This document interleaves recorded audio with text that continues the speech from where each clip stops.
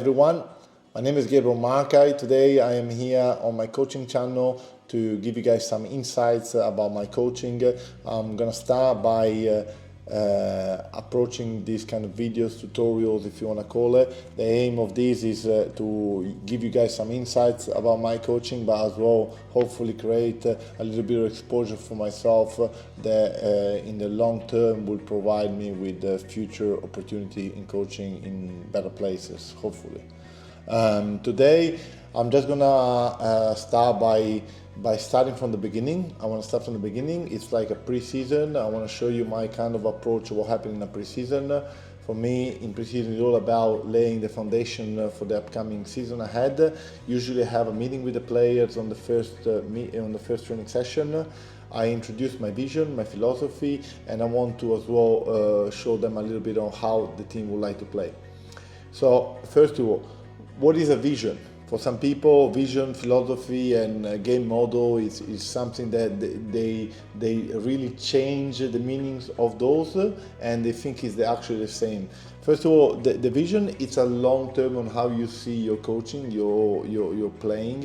For me, it's about creating a team of technical players and skilled, which is mentally strong and united. Then the next is the philosophy. The philosophy, it's about the principles and the values of my coaching. It's the why behind we do things. Then it's the game model. Basically, it's the tactical side of the game, how the style of play. People call it the style of play. Now, it's very important that we understand those three different wordings, because a lot of people get confused between philosophy, vision, and game model, and they think it's the same thing, which is, yes, it's completely different. Let's touch base on the game model. The game model is more about how you want to play your football, and I'm going to touch base a little bit on that part. I would like to actually show you guys my vision and philosophy and game model that I show the players on the first meeting. Now, let me bring it up, and I'm going to try and put it up here. I'm going to make the screen smaller, and I go down in here. Give me 1 second.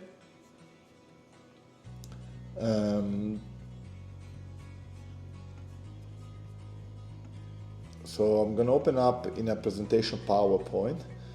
So yeah, this is, I updated it in 2024. Last time I updated it, I've been at this club EU for a while now. This is going to be my 5th season, and I'm going to do. So here is more or less what the usual booklet includes. I usually start with the importance of terminology. What's the vision for me? The culture, the formation, the field, the principle of play, which is very important to me, because anything that we do is based on the principles of play on the football pitch. The training session, the game day operations, how we work in a game day, because I do work a little bit differently in a game day. A lot of coaches have the same kind of warm up, every game. Why I like to vary the warm up based on what we worked on the weekend, on the week, so that the players prepare themselves. Because this is how I see it. This is how I see the warm up myself. For example, when you go to the gym and you try and doing legs, you're not gonna warm up your upper body. You're gonna do specifically warm up for your legs. So same concept applies to me on the warm up for football.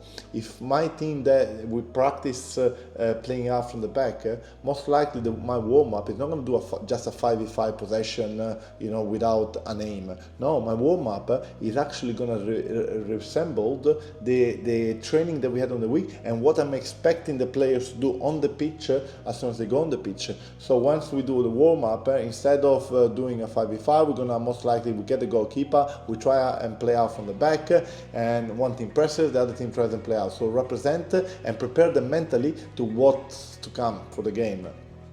Then as you can see, KPIs, how do I see what is performance for me? I want to measure, because we played well, we played bad. Yeah, but what do you define playing well, playing bad? Because to me it's not just about result, especially to me it's not the result, but it's Okay, how many times did we get in the final third? How much possession we had in the position half? How many times did we break the lines? How many times did we lost the ball in our half playing out? All those kind of things. Then we have reviews, because I have a lot of reviews and game analysis. And then in the end I have the game model. So let me touch base on a couple of things. So our vision is to build a team that embodies an aggressive and relentless approach to both attacking and defending, where every player, staff member is united in their hard work, persistent commitment to a collective goal. So again, this is, you're going to see on the pitch as well. It's not just wording. On the pitch, you're going to see how we defend. Even when we defend, we don't sit in a block. We defend as high as possible. Yes, some games, because the opposition is so good, we have to go and defend in a block, but not because we want to, because the opposition make us do that. But if you can see it, again, it's an attacking way. Even when we defend, we want to press so high, so that's very attacking the opposition. We aim to play a brand of football that is dynamic, attacking, and enjoyable for everyone involved. Players who execute it, and coaches who guide it, and supporters who cheer it on. Our style of play is non-negotiable. You remain consistent throughout our principles, regardless of the opposition we face.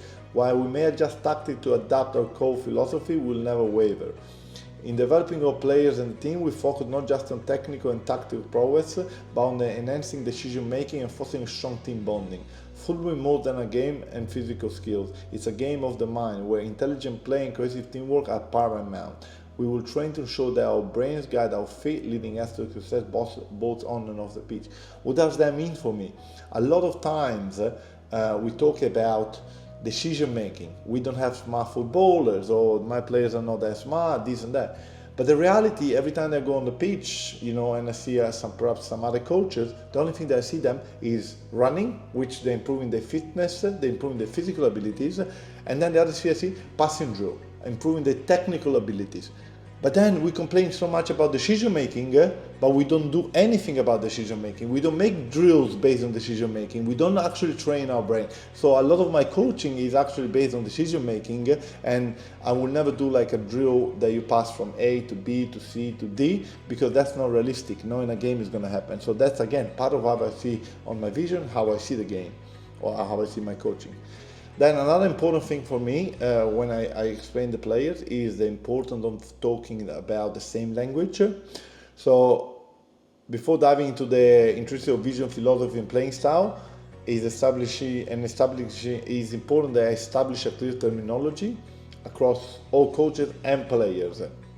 So then when I say something, the players, let's say I say artificial counterattack, the players all know what I actually mean.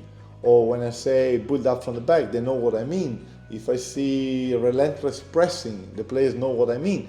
And then what does help with is clarity and precision on your messages. So players really understand what you mean by it. And it's not, two words may mean one thing. One word means this, another word means that. So it's easier and more efficient to communicate with your players, and there's a lot of consistency across the discussions. That as well will help the learning, will facilitate the learning. You can see here what I showed them. Then we're going to culture, which for me is essential. I just read a couple of words here. You of course have up top here, you have the slideshow. Culture is the backbone of successful philosophy. It aligns the team values and behaviors with the philosophy, creating a united, consistent, and resilient team. By embedding the philosophy into the team culture, clubs and teams can achieve sustained success and building a strong and lasting identity. Now, a couple of important things is unity and cohesion. For me, is so important, is to maximize the performance. It's a shared visions and goal. It's a consistency in identity, is resilience and adaptability, is development and learning, is motivation and commitment, and is leadership. That's the whole my culture to create the environment that I want. Those are the key points that every player and every people in the staff needs to have. What does unity and cohesion means? They basically need to be a lot of people that go well with each other, understand each other, have the same cultural values from each other. It's very hard, for example, to get 15 years old in a team of people that are just fathers. or it's hard to get someone that likes, I'm not sure, going to drink every weekend with somebody that goes camping every weekend. So more or less when I try to bring players in, they have a lot of common hobbies around. Shared visions and goals. All players and staff need to believe in one goal and share the vision. Now, early on, they may not, but you as a coach need to install that, and you need to make them believe that's their goal as well. Consistency and identity, this is so important for me. It's basically, I have an identity. Everybody knows what East United will look like, or it is, you know. No, there's no, for example, we have a bad game, now we change, or we don't play out from the back, or we're gonna go long, or we play dynamic, or we don't press. You know, that's not, you know, a lot of time I see because one or two players commit a mistake, then the whole team needs to change the way that they play because the coach is not happy, you know, those kind of things. I actually prefer to lose 5-0, you know, one game or two games for the common good, which is being consistent with my team, you know, in the next few weeks after that. Resilience, to actually learn all those kind of things and dealing with me, it actually takes a lot of resilience and mental strength for the players. So, and they need to be adapted because, again, I don't like to adapt. We have an identity, the consistency of them, so the player need to adapt to that. And develop and learning. If a player doesn't want to learn, it's very hard to come into our environment because of there's so many cues, triggers, and plays that you need to remember and learn, and that's something that people struggle once they come to us. And yeah, they're not the best. Motivation and commitment, once again, it's crucial because it's very hard to motivate a player that doesn't have intrinsic motivation to go and press for 90 minutes. You know, so players need to believe on that and need to be self-motivated for that. Now, and leadership, like under pressure, you know, it's not just me, the players inside, like a lot of times, sometimes I don't even go in the change room before a game or after a game because I expect players to lead by example, you know, not just by lead by example, but actually no need for me to be there because I need them to create their own environment, you know, and raise to the occasions regardless if I'm there or not, because then if I'm there and if they need me there, it's a big problem for me, because if they need me there, my team is not automatic. It's not, they always need that motivation. Why? If they don't need me there, they don't need any outside motivation. They're self-motivated team and self-sustainable. Again, now we just cannot just talk about these cultural things. I have actually measures on how do we do those, you know, and experience. For example, unity and cohesion. Unity and cohesion show that players work together effectively on the pitch. When players are united, understand each other's strengths, weakness, and playing style, it leads to better coordination, fluid movement, overall team performances. That's how it enhances team performances. Conflicts and resolution. Unity and clear understanding of team dynamic helps resolving conflicts, disagreement constructively. When players are cohesive, they can address issues openly and work towards solution to benefit the team. One thing that this happens is that all my players, let's say Dennis Barza, that he knows that what Daniel Poli can do, and Daniel Poli knows what Dennis Barza can do. So it really helps because they know their strengths and their weaknesses, and they help each other to strengthen their weaknesses and to actually enhance what they're good at. How do I establish that? Is that I'm sure that to establish those unity and cohesion is everybody needs to have the same goal, you know, and those goals need to be communicated. And usually what I communicate every week, I have some goals, and that's how I communicate. Every week for me it's a goal. It's, you know, build trust through consistency. Consistency is the other thing that will unite and do a cohesive group. And evaluate and monitor, you know, reviews and also observation, feedbacks, performance, and this gets done by video analysis. So same message gets sent out. Now, how the other thing that helps me so much how to establish all these as well is having a small squad. A smaller squad will allow you to frequent an effective communication among players. With fewer individuals, players can more easily coordinate their movements, understand each other's roles, and build a stronger connection.